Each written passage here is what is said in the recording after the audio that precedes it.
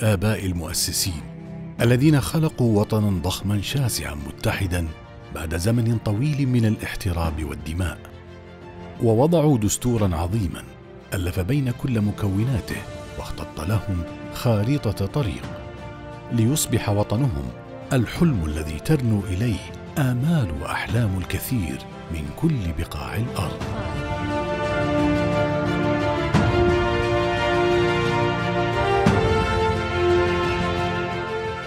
الوطن الذي اتسع لكل الأعراق والألوان والأصول والتنوعات انصهروا فيه وأسسوا مشروع الدولة الكبرى والقوة العظمى بكل أدوات العلم والفكر والتقنية.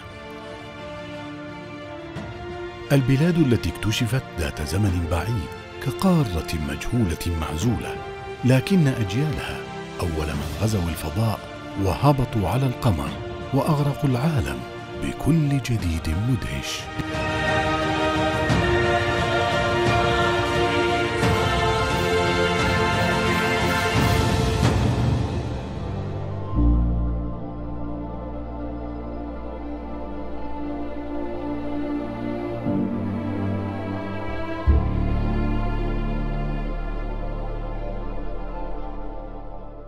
My name is Martina Strong, and I have the honor of serving as the Chargé d'Affaires of the United States Embassy to the Kingdom of Saudi Arabia.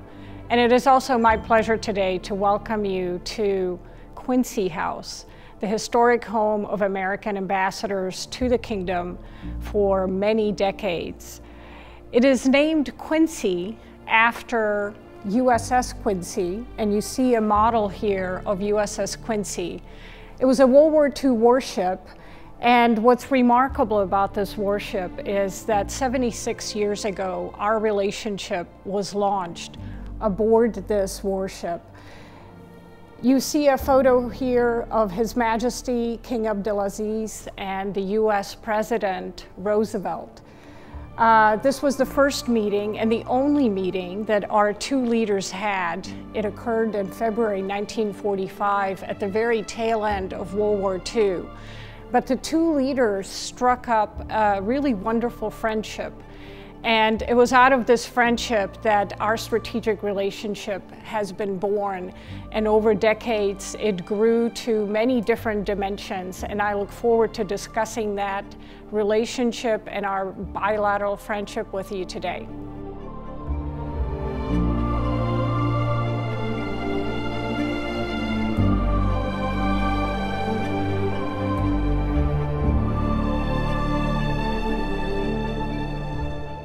I arrived in Saudi Arabia a little over 3 years ago, and during my time here, I have had tremendous opportunities to explore the kingdom.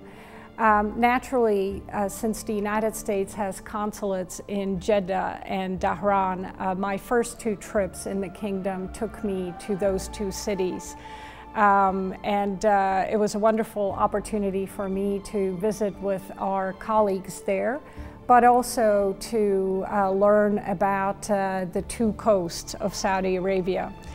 And since that early travel, I have been to Jeddah and Dhahran many times, but have also had an opportunity to visit so many absolutely fantastic places across the kingdom. On the East Coast, I've traveled all the way up to Khafji on the Kuwaiti border and down to Al-Hassa. On the West Coast, I've been all the way up to Neom and down to the Asir province, Abha, and have had many wonderful stops along the way. And there is such tremendous diversity across the kingdom. And so, of course, between the two coasts, you have the heartland of Saudi Arabia. And I've had an opportunity this year alone, after the corona pandemic, to visit Qasim, and had a really terrific opportunity to see the history there. But I went also up to Al Jouf and Hail. All these visits have always been accompanied, as I mentioned, by visits with our American citizens who happen to live in these cities, but also opportunities to meet with our Saudi partners and friends and discuss opportunities for cooperation, learn about the history and culture and folklore of that particular part of Saudi Arabia. And there are so many memories that stand out for me. I mean, for example, in Qasim, I had an opportunity to visit the Al Ghailat Museum, which was terrific because I really didn't know about this particular dimension of the early Saudi kingdom. But these were, of course, the original diplomats for Saudi Arabia. I mean, they traveled across the Middle East all the way to India, all the way to Morocco, and in these caravans, and they would tell people what Saudi Arabia was all about. I learned actually in that museum about one of the first Saudis who traveled to the United States. That was a really great story. We had a chance to see his passport, Khalil Ar-Rawaf. He came to the United States in the 1930s, which coincidentally, of course, was the same time when our first Americans were traveling to Saudi Arabia. So there was a really nice connection. But in every stop, you know, I mentioned I just traveled to Asir. That was my most recent visit. And what an amazing place. I mean, how green and welcoming. And, you know, we went up Suda Mountain, and right there we had a big rainstorm with dark clouds rolling in. And again, a very different dimension of Saudi Arabia that myself and our delegation enjoyed tremendously. Of course, I would be remiss not to mention Al Ula, which is such a gem, and it's a really magical place. I visited Al Ula 3 times now, and I hope to go back because every time I go, I have a slightly different experience and gain more appreciation for this magical place. And Riyadh, I mean, to be honest with you, has been a really wonderful experience for me, but also for all of our employees at the U.S. Embassy. We pay regular visits to the National Museum, to Masmak Fort, to Diriyah.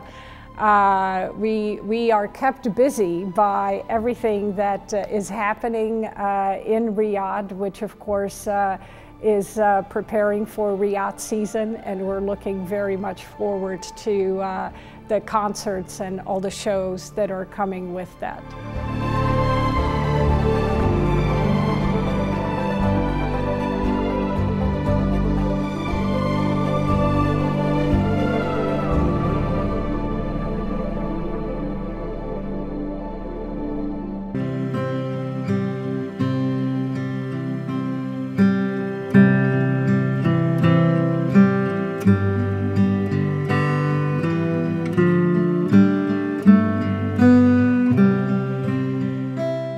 Our relationship with Saudi Arabia has been 8 decades long, and indeed, actually, it started back in the 1930s when the first American companies arrived here at the invitation of His Majesty King Abdulaziz to explore for oil.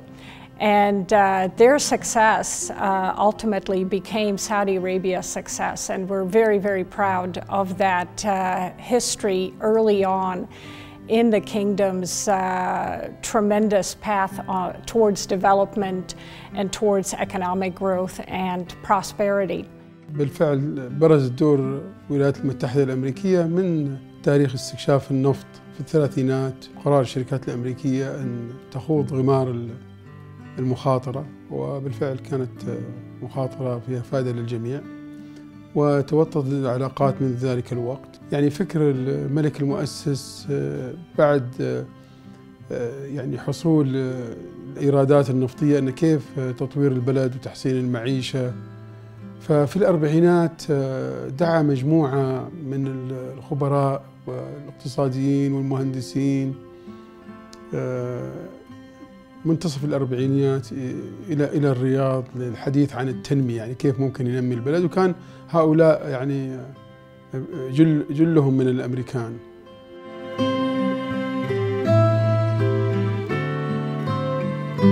The commercial partnership has, of course, continued to grow, and I'm always very happy and very proud to visit with American companies that are located here in Saudi Arabia and have been for many decades.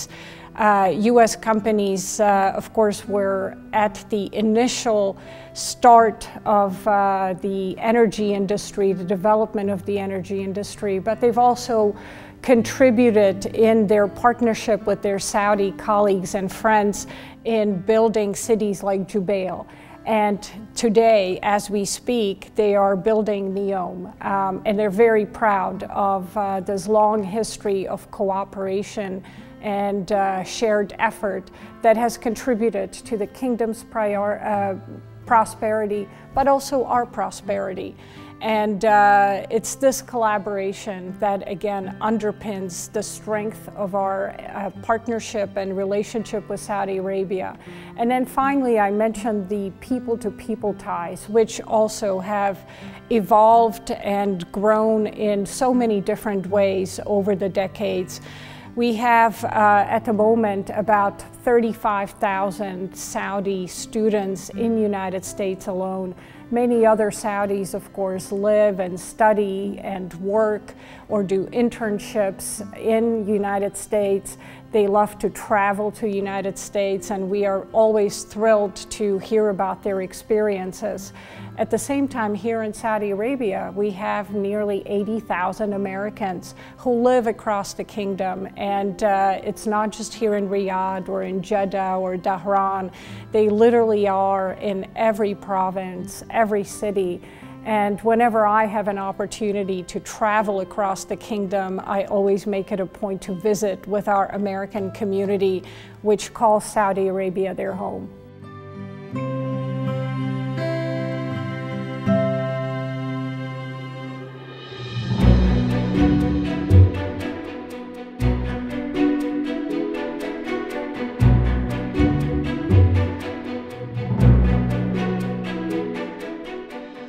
جاءت رؤية 2030 وبينت أن بالنسبة للمملكة العربية السعودية النفط مهم، ولكن التنويع الاقتصادي مهم، وأن لديها منظور أي المملكة ل 2030 للتوصل إلى خط نهاية بمستهدفات مهمة تجاوز 96 مستهدف ينبغي تحقيقها، وتشمل العديد من الأمور بعيدة عن النفط.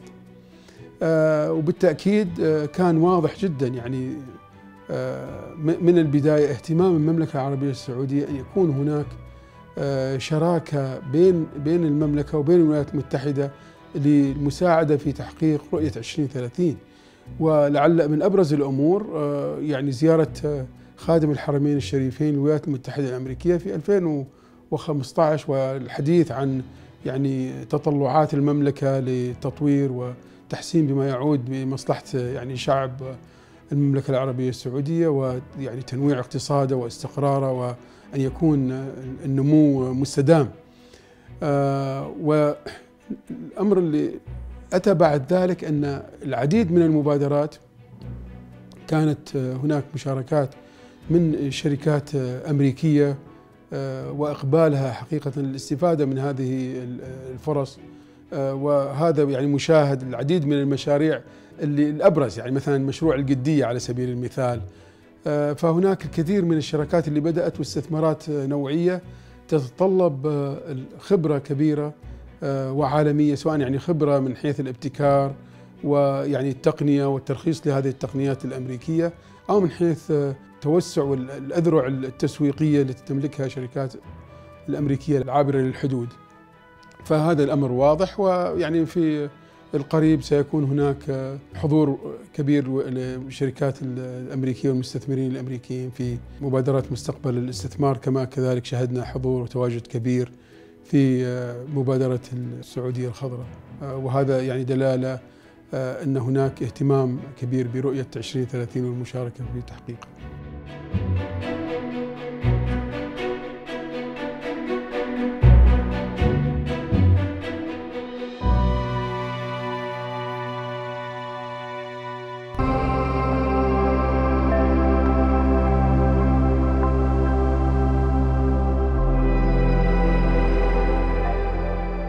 wonderful experiences that I've also had here in the kingdom that I do want to highlight is getting to know Saudi women.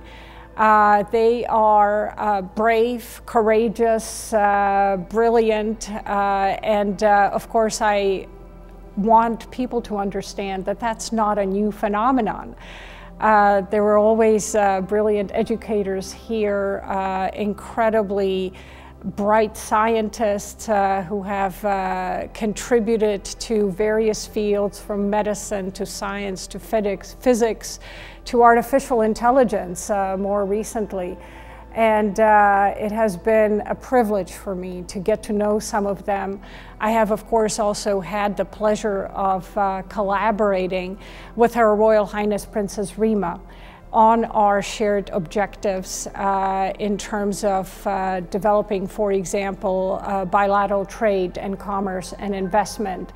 And she is such a strong proponent of Saudi Arabia and the United States, and it has been a pleasure for me to partner with her on some shared initiatives, one of which is actually focused on women and women's entrepreneurship and empowerment. It's an initiative that we launched in our embassy together with Her Royal Highness earlier this year. It's called Ignite. And it is designed to assist Saudi women who are exploring possible business opportunities, entrepreneurship opportunities. It's designed to help them with know-how, connections with US counterparts, and also sharing information about opportunities here in Saudi Arabia. One of the wonderful treasures that I have found here in Quincy House has been this book. It's called Forever Friends.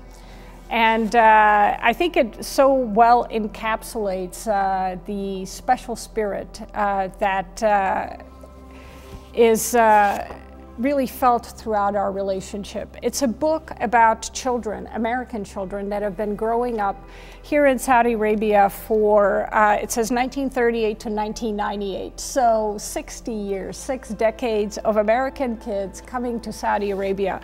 And I particularly enjoyed this picture, which is, as you can see, an American boy with a baseball bat introducing his Saudi friend to the game of baseball. And there's a wonderful letter attached to this particular photo explaining how this little boy met this Saudi counterpart, and they played all afternoon, had a wonderful time. And as I said, the book is really evocative of what propels our relationship forward. It's the friendships, it's the mutual understanding that evolves from these friendships. And probably the same book could be written in the United States, because as I said, over the decades, we have had so many Saudis join our communities, join our universities, come to the United States ready to learn, ready to absorb, but also ready to teach us. And I know that so many of our communities have been enriched by hosting Saudi students there, and it's just been a tremendous part of our relationship that I certainly have worked to foster. One of the great initiatives that we launched last year during the 75th anniversary of the Quincy meeting between King Abdulaziz and President Roosevelt was the Quincy Scholars Program. And it's a scholarship program named after USS Quincy. And it's a program that is designed to help Saudi students prepare for studies in the United States. So again, we're forward-looking, we're looking towards the future, and we want to bring more Saudi students to the United States to continue this great tradition and to make sure that we remain forever friends. I would like to say to our Saudi friends, thank you. Shukran jazilan for all of the friendships and partnerships that not just myself, but our entire mission to the Kingdom of Saudi Arabia has enjoyed over the years. It is a very dynamic time. There is so much that is changing, and so many reforms are underway. And we are very excited about Vision 2030. We want to be your partners and we want to make sure that you succeed in the Vision 2030 transformation that's underway here. It's an important set of objectives for the kingdom. And as always, over the past 8 decades, today even more so, we are invested in your success and we want to support it. So thank you again. Shukran jazilan.